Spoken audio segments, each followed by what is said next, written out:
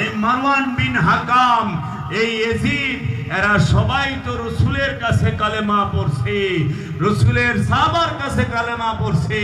তো যারা রসুলের কাছে কালেমা পড়ে, যারা রসুলের কাছ থেকে সালাত শিখে, যারা রসুলের কাছ থেকে সিয়াম শিখে, যারা রসুলের সাথে হজ করে, যারা রসুলের সাথে ওয়াদা করে, যারা রসুলের সাথে সমস্ত কিছু করে, তারা কিভাবে রসুলের কন্যাকে, রসুলের আওলাদদেরকে বাজারে বাজারে ঘুরায়, উটের পিঠে চড়ায়া রসুলের আওলাদদেরকে শাহাদাত করে। তারা কি করলো?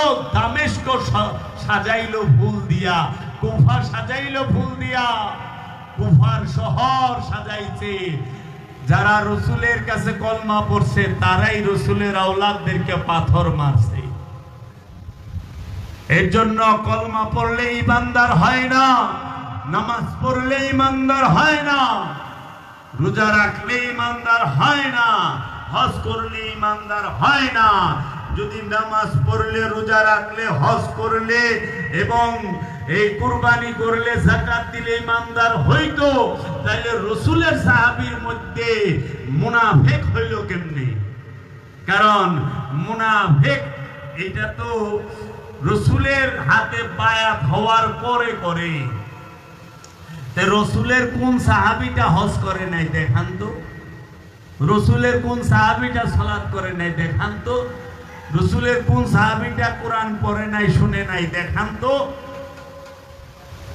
তাহলে রসুলের সাহাবীদের মধ্যে একটা অংশ বের হয়েছে না মুনাফিক?